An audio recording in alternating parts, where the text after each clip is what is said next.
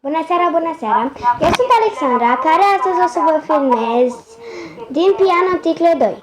Eu sunt cu fratele meu Alex și cu colegul lui Giorgio.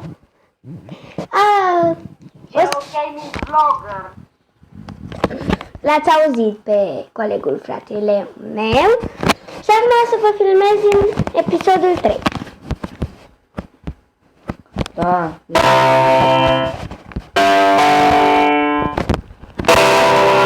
Și eu telefon. Din prima am murit. Stați că să ducă tableta, așa, nu știu, așa în față mereu, când va fi pe aceea, și o să vă încep iarăși. Telefon sau prin tabletă?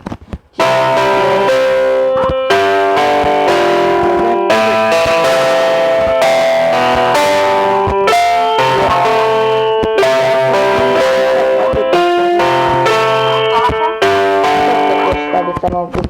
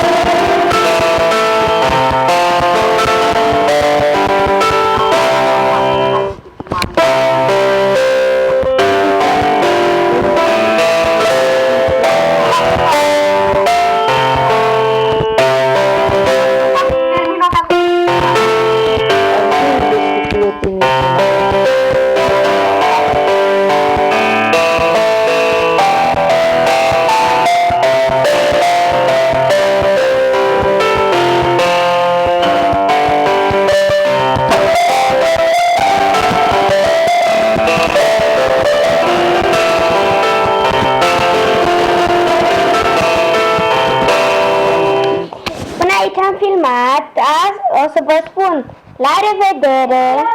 Da. Pa, pa, ciao, ciao. Cum o să-l vezi? Ciao, ciao, pa, pa. Și pe ăla te opri.